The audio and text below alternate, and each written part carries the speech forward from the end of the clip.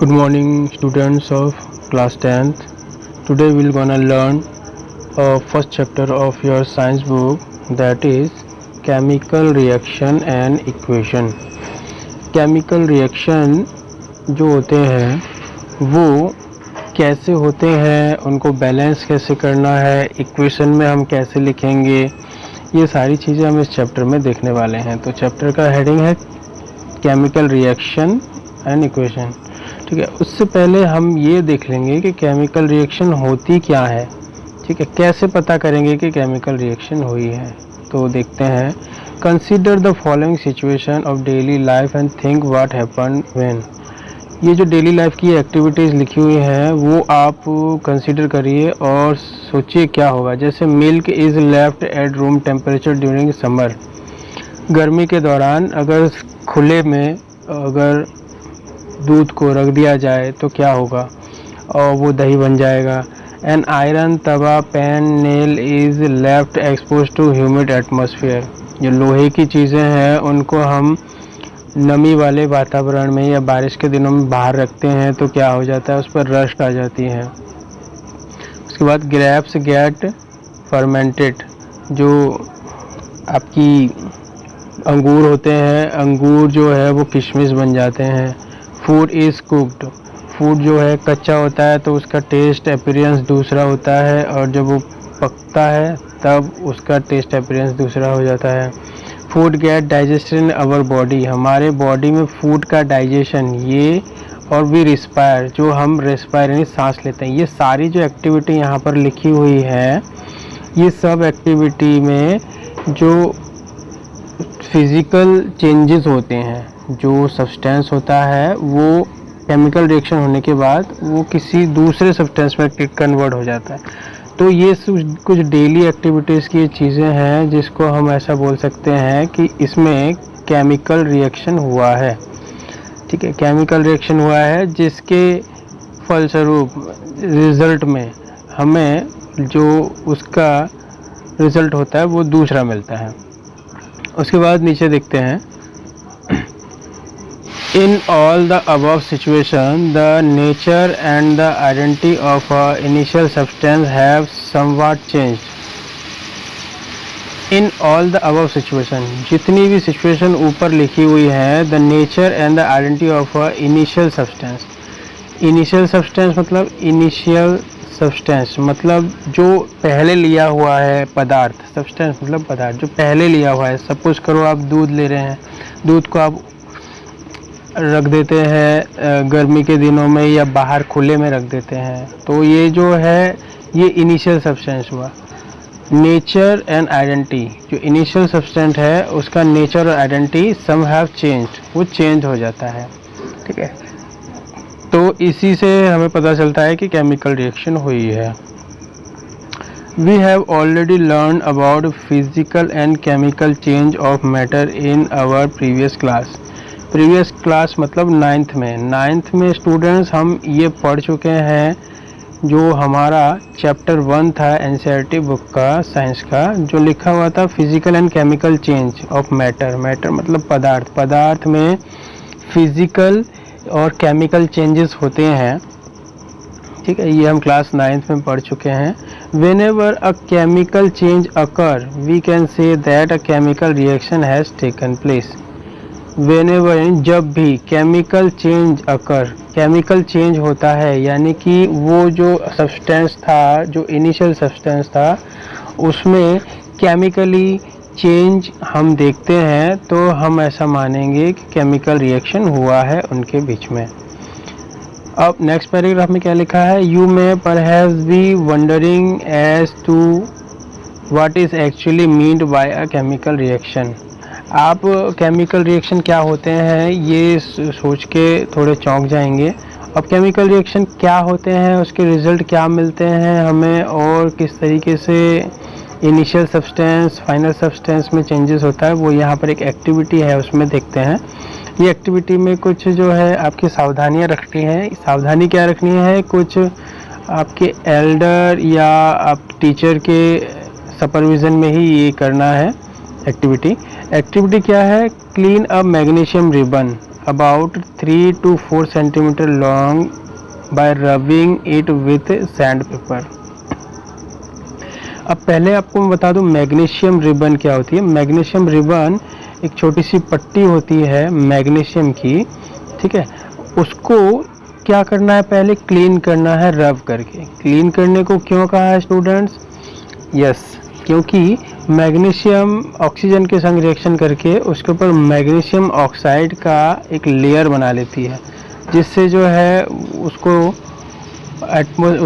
Expose करने में, एक्सपोजन में यानी कि उसको जलाने में थोड़ा सा वक्त लगता है। तो इसलिए उसको क्लीन करने के लिए यहाँ पर हिदायत दी गई है। तो मैग्नीशियम रिबन को क्लीन कर लेंगे। Next, hold it with a pair of tong. उसको आपको सड़ासी से पकड़ के रखना है। Burn it using a spirit lamp और बर्नर। उसको आपको स्पिरिट लैम्प में उसको जलाना है। Collect the ash so formed in the watch glass. जैसे यहाँ पर आप एक्टिविटी देख रहे हैं, सेम एक्टिविटी है जो यहाँ पर लिखी हुई है। जो मैग्नीशियम रिबन है उसको जो है बर्नर में बर्न करा है, और उसके बाद जलने के बाद जो वाइट कलर का ऐश यानी राख बचा है उसको हमने यहाँ वॉच ग्लास में लिया हुआ है, ठीक है। तो अब हम क्या देखेंगे कि मैग्नीशियम, ये जो एक्टिविटी है इससे हमें क्या कंक्लूजन निकलता है कि मैग्नीशियम रिबन जो हमने ली थी उसका फिजिकल अपीयरेंस और जो स्टेट वो दूसरा था, और जो राख बन गई, जो ऐश हुआ, तो उसका फिजिकल अपीयरेंस दूसरा था। तो इससे हमें ये पता लगता है जो इनिशियल हमने सब्सटेंस लिया था और फाइनल सब्सटेंस है, उन दोनों में चेंज है। तो इससे हमारा कंक्लूजन ये निकलता है कि ये इसमें केमिकल रिएक्शन हुआ है, ठीक है स्टूडेंट। उसके बाद नेक्स्ट पेज पर आइए। You must have observed that magnesium ribbon burns with a dazzling white flame। अब ये एक्सपेरिमेंट करने के बाद आप देखेंगे कि जो मैग्नीशियम रिबन होती है वो जलेगी डिजलिंग वाइट फ्लेम, यानी कि चमकीला, डिजलिंग मतलब चमकीला सफ़ेद कलर का फ्लेम यानी ज्वाला, यानी सफ़ेद कलर के आग से जलती हुई दिखाई देगी। And change into a white powder, और वो जो काले रंग का सब्सटेंस था इनिशियल सब्सटेंस वो वाइट पाउडर में चेंज हो चुका होगा। This powder is magnesium oxide. ये पाउडर जो है मैग्नीशियम ऑक्साइड कहलाती है। It is form due to the reaction between magnesium and oxygen present in the air. और जो मैग्नीशियम ऑक्साइड, ये मैग्नीशियम ऑक्साइड जो हमको मिला है ये किससे मिला है? ऑक्सीजन, जो मैग्नीशियम तो था हमारे हाथ में जिसको हमने बर्न करा, और ऑक्सीजन एटमॉस्फेयर से मिला है। तो मैग्नीशियम और ऑक्सीजन रिएक्शन करके दोनों कंबाइन हो गए, जुड़ गए, तो हमें क्या मिला? मैग्नीशियम ऑक्साइड, ठीक है। तो ये जो एक्टिविटी थी 1.1 उसमें ये प्रूव होता है। अब एक्टिविटी नंबर 1.2 देख लेते हैं। Take a lead nitrate solution in a test tube. एक टेस्ट ट्यूब में नाइट्रेट का सॉल्यूशन लेना है, वो नीले कलर का जो सॉल्यूशन होता है, और add a potassium iodine solution to this. What do you observe? उसके ऊपर पोटेशियम आयोडीन का सॉल्यूशन जो है ऐड करना है और ऑब्जर्वेशन को चेक करना है। ये एक्टिविटी स्टूडेंट्स हम क्लासेस जब शुरू हो जाएंगी तब ये एक्टिविटी हम परफॉर्म करेंगे लेबोरेटरी में, ठीक है। अब एक और एक्टिविटी यहाँ पर दी हुई है, उसको हम देख लेते हैं, जो एक्टिविटी नंबर 1.3 है। इसमें लिखा है take a few zinc granules. Zinc granules क्या होती हैं? जिंक के छोटे छोटे टुकड़े।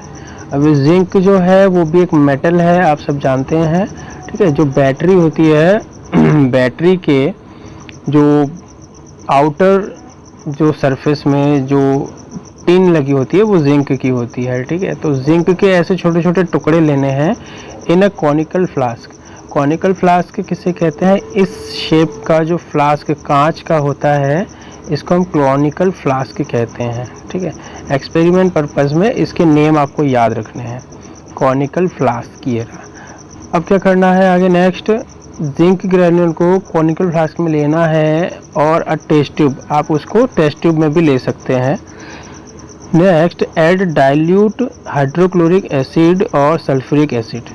ये दोनों एसिड होते हैं स्ट्रॉन्ग एसिड, ठीक है, तो इसीलिए इनको डाइल्यूट लेने के लिए कहा है। डाइल्यूट मतलब उसकी जो हमें सांद्रता है, कंसंट्रेशन, उसको कम रखनी है जिससे कि वो हार्मफुल ना हो। हाइड्रोक्लोरिक एसिड यानी HCl या फिर सल्फ्यूरिक एसिड यानी H2SO4, ठीक है, ये आपको लेना है। अब यहाँ पर सावधानी ये रखनी है, handle the acid with care. जो एसिड नेचर के जो सब्सटेंस होते हैं वो आपको नुकसान पहुँचा सकते हैं। आपकी स्किन पे अगर वो गिरे तो आपकी स्किन हर्ट हो सकती है, इसलिए आपको उसको केयरफुली हैंडल करना है, एसिड सब्सटेंस, एसिड नेचर के सब्सटेंस, ठीक है। उसके बाद ये do you observe anything happen around the zinc granules. अब जिंक ग्रैन्युल में क्या चेंजेस होंगी वो देखेंगे। Touch the conical flask with the test tube, is there any change in its temperature.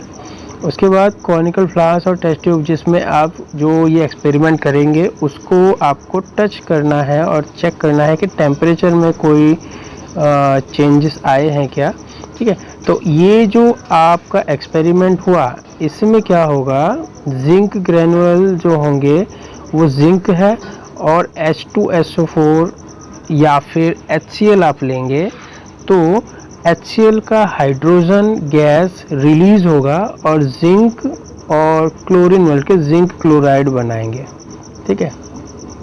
तो जिंक क्लोराइड जो है नीचे यहाँ पर नीचे रह जाएगा और H2 गैस जो हाइड्रोजन गैस जो HCl यानी हाइड्रोक्लोरिक एसिड में से जो हाइड्रोजन गैस है वो रिलीज होगी कॉनिकल फ्लास्क में से, ठीक है। इस हाइड्रोजन गैस को हम कैसे ऑब्जर्व कर सकते हैं, अगर हम माचिस की तिल्ली यहाँ ले जाएंगे तो ये पॉप साउंड के साथ ये जलेगा, तो ये इसकी पहचान होती है हाइड्रोजन गैस की, ठीक है।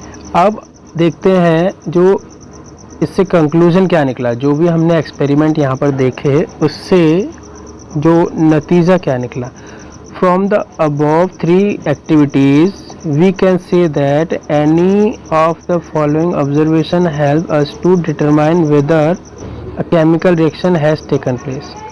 अब इनमें से ये आपके 4 पॉइंट दिए हुए हैं, इन चारों पॉइंट में से कुछ भी अगर चेंजेस आते हैं फाइनल सब्सटेंस में, इनिशियल सब्सटेंस के कंपेयर में फाइनल सब्सटेंस में इन 4 में से कोई भी चेंजेस अगर होता है तो आप समझेंगे कि ये केमिकल रिएक्शन हुआ है, ठीक है। ये 4 जो है आपके जो चेंजेस है केमिकल रिएक्शन के, ये याद रखना है, बहुत इम्पोर्टेंट है, बोर्ड में पूछे जाते हैं।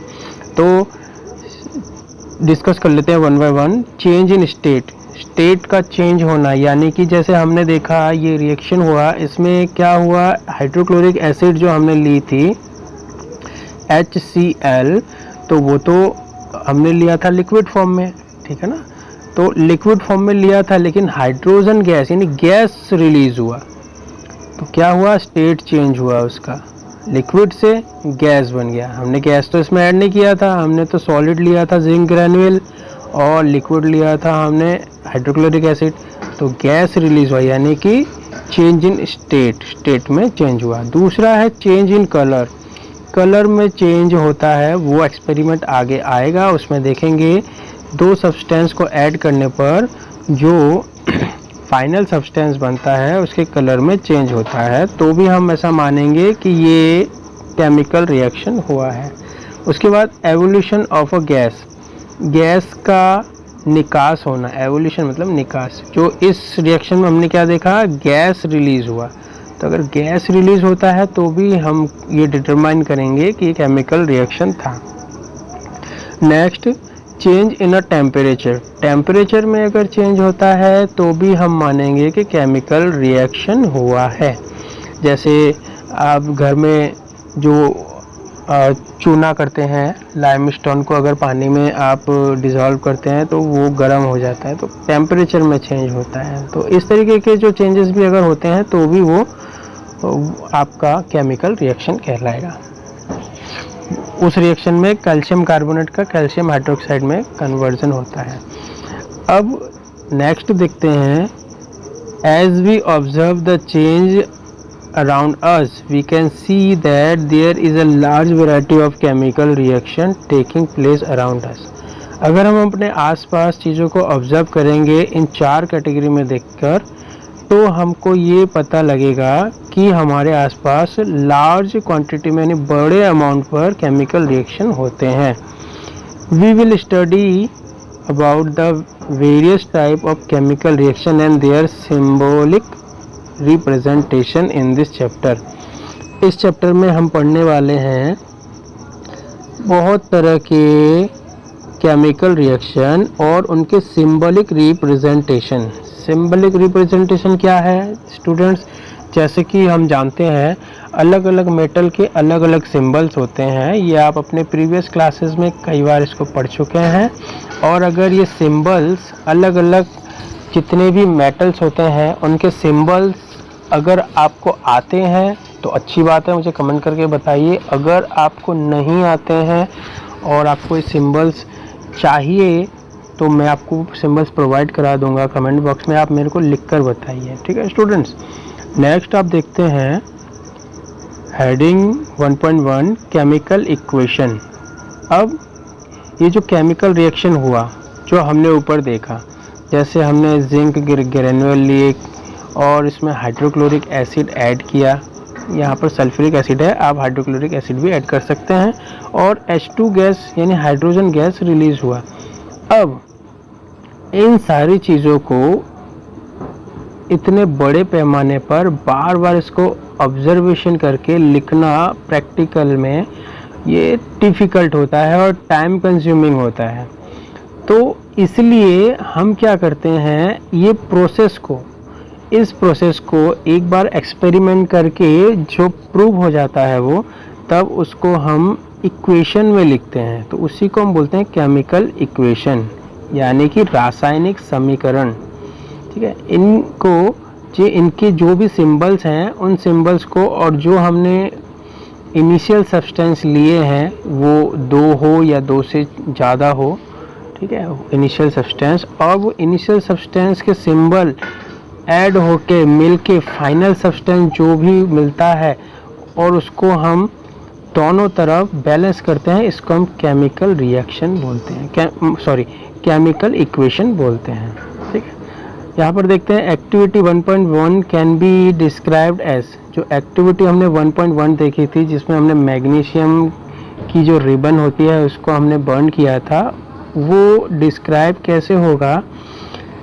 When a magnesium ribbon is burned in oxygen, it gets converted to magnesium oxide. Magnesium की रिबन को हमने ऑक्सीजन में बर्न किया तो मैग्नीशियम ऑक्साइड में कन्वर्ट हो गया.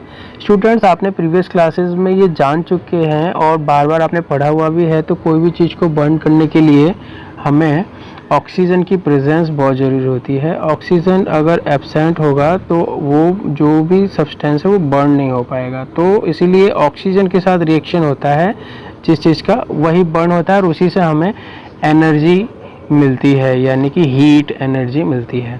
ठीक है. Back to the point. Magnesium oxide को हमने बर्न किया था. This description of a chemical reaction in a sentence form a quite long. इसी चीज़ को अगर हम सेंटेंस में लिखेंगे तो वो बहुत लंबा होता है. ठीक है. बार बार उसको दोहराना टाइम कंज्यूमिंग होता है. It can be written in a shorter form. ये शॉर्ट फॉर्म में भी लिखे जा सकते हैं और जो समझने योग्य भी होते हैं. The simplest way to do this is to write it in the form of a word equation. ये चीज़ को हम वर्ड इक्वेशन भी लिख सकते हैं तो वो से हम कहेंगे केमिकल इक्वेशन. जैसे हमने जो फर्स्ट एक्टिविटी की थी 1.1 मैग्नीशियम ऑक्साइड को बर्न किया था, सेम देखिए यहाँ पर लिखा है मैग्नीशियम. जो हमने मैग्नीशियम की जो हमने रिबन ली थी रब करने के बाद वो प्योर मैग्नीशियम थी. और उसके बाद जब हमने उसको बर्न किया तो ऑक्सीजन के साथ बर्न किया. अब उसे अगर हम एब्सेंस ऑफ ऑक्सीजन में बर्न करते तो बर्न नहीं हो पाता. ठीक है. उसको अगर हम वैक्यूम में बर्न करते तो it couldn't B burned. So magnesium is combined with oxygen then what we will get? Magnesium oxide. So these are chemical equation. This is the only one. ये एक आपको एग्जाम्पल दिया है केमिकल इक्वेशन का, और जितनी भी केमिकल इक्वेशन होती हैं हमारे आसपास, जो हमने ये 4 कैटेगरी बताई हैं आपको, इस 4 कैटेगरी में जो भी इनिशियल और फाइनल सब्सटेंस में चेंजेस आते हैं, वो चेंजेस को हमें केमिकल इक्वेशन में इस तरीके से लिखना पड़ता है। स्टूडेंट्स, हर एक केमिकल इक्वेशन का अलग अलग फॉर्मूला और अलग अलग इस तरीके के डेफिनेशन, अलग अलग शॉर्ट फॉर्म होते हैं, तो ये लर्न करने पे ही आता है। तो ये जो इक्वेशन है आपको लर्न करना पड़ेगा। आपके चैप्टर नंबर 1 का ये फर्स्ट इक्वेशन है, बहुत ही ईजी है, आप आराम से, आई होप आप याद कर सकते हैं इसको। Moving ahead, next is the substance that undergo chemical change in the reaction. जो सब्सटेंस केमिकल रिएक्शन में अंडरगो यानी उसके अंतर्गत आता है, magnesium and oxygen are the reactant. अब ये चीज़ समझने वाली है, बोर्ड में ये पूछे जाते हैं क्वेश्चंस कि रिएक्टेंट कौन से हैं और प्रोडक्ट कौन सा है। बहुत सिंपल तरीका है इसका जानने का। जो इनिशियल सब्सटेंस होते हैं जिसमें केमिकल रिएक्शन होता है, तो ये जो इनिशियल सब्सटेंस है ये रिएक्टेंट कहलाते हैं। ठीक है, ये रिएक्टेंट यानी रिएक्शन करने वाला। जैसे एजेंट, वैसे रिएक्टेंट। एजेंट क्या होता है? कोई चीज़ करने वाला। ठीक, तो ऐसे ये रिएक्टेंट, रिएक्शन करने वाला। The new substance is magnesium oxide form during the reaction as a product. अब ये दो रिएक्टेंट के बीच कॉम्बिनेशन के बाद केमिकल रिएक्शन में जो रिजल्ट हमें मिला उसे हम प्रोडक्ट कहेंगे, यानी उत्पाद। इसमें से जो बना वो उत्पाद। होप आपको ये समझ में आ गया होगा रिएक्टेंट किसे बोलते हैं और प्रोडक्ट किसे बोलते हैं। रिएक्टेंट लेफ्ट हैंड साइड में जो भी हमने इनिशियल प्रोडक्ट लिया है वो होगा, और ये जो एरो है, एरो के इस साइड में यानी राइट हैंड साइड पे जो भी हमें मिलेगा उसे हम प्रोडक्ट बोलेंगे। ठीक है, और ये जो चीज़ें हैं ये प्री डिफाइंड होती है, यानी पहले से सुनिश्चित होती हैं कि कौन से दो इक्वेशन में कौन से दो केमिकल सब्सटेंस को ऐड करने पे क्या मिलने वाला है। तो ये पहले से प्री डिफाइंड होती है और हर बार केमिकल रिएक्शन करने पर वही चीज़ें हमें मिलती हैं। तो ये हमेशा प्रूवन होती है और सेम होती है, और सेम चीज़ें ही कंटिन्यूस आगे चलती है, वही हमें याद करना पड़ता है। तो आई होप आपको रिएक्टेंट एंड प्रोडक्ट पता चल गया है। Next, a word equation shows change of reactants to product through an arrow place between them. जो रिएक्टेंट और प्रोडक्ट में जो चेंजेस हुआ है उसे हम एरो से शो करते हैं। ठीक है, the reactant are written on the left hand. Reactant को ये लेफ्ट हैंड में लिखा जाता है एंड प्रोडक्ट को राइट हैंड पे लिखा जाता है। ठीक है, left hand side, LHS means left hand side with a plus sign. जो रिएक्टेंट होते हैं वो हमेशा प्लस साइन में होगा, क्योंकि अगर कोई एक सब्सटेंस होगा तो वो रिएक्शन किसके साथ करेगा? वो अकेला रिएक्शन करके कुछ करेगा नहीं, वो सेम का सेम रहेगा, तो इसमें तो कुछ रिएक्शन होगा नहीं। इसीलिए एक से ज़्यादा, ठीक है, दो या दो से ज़्यादा अगर रिएक्टेंट हो तो ही हमें प्रोडक्ट मिलेगा। तो इसीलिए यहाँ पर प्लस साइन आना ज़रूरी है, इसीलिए यहाँ पर लेफ्ट हैंड साइड में प्लस साइन होता है। Similarly product are written on the right side. जो right hand side, RHS mean right hand side, right hand side में प्रोडक्ट आता है। इस प्रोडक्ट में प्लस साइन हो भी सकता है, नहीं भी हो सकता है। क्यों? दो केमिकल सब्सटेंस में रिएक्शन होने के बाद एक प्रोडक्ट मिल सकता है किसी सिचुएशन में, किसी दूसरे सिचुएशन में दो केमिकल सब्सटेंस के साथ रिएक्शन करने पर हमें दो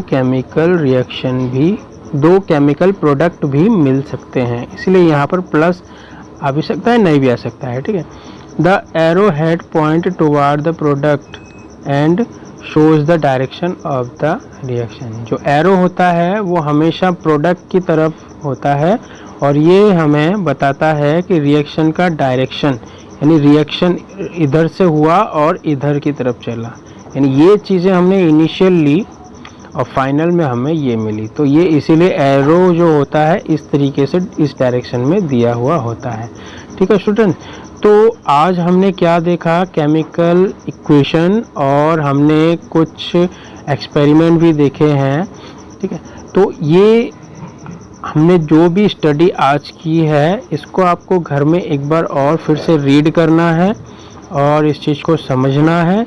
और फिर भी आपको कोई भी प्रॉब्लम आ रही है रिलेटेड टू चैप्टर 1 जो हमने पढ़ा है, तो आप मुझे कमेंट बॉक्स में लिखिए।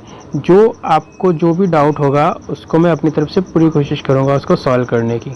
आपको समझ में आया तो भी लिखिए, नहीं आया तो भी लिखिए। और आप साइंस से रिलेटेड जो भी अपडेट मेरे से चाहते हैं वो भी आप कमेंट बॉक्स में लिख सकते हैं। ठीक है स्टूडेंट, तो नेक्स्ट पेज जो है chemical writing a chemical equation, ये हम नेक्स्ट सेशन में इसको स्टडी करेंगे। आज आप ये जो हमने 2 पेज आज पढ़े हैं इसको आप घर में रिवाइज करिएगा। और नेक्स्ट आप ये पेज नंबर 2 हमने कंप्लीट कर लिया, पेज नंबर 4, 5 ये रीड करके आएंगे जिससे कि हम कल ये वाले पेज को अच्छे से समझ सकें, इसमें जो भी टॉपिक आ रहे हैं। ठीक है स्टूडेंट।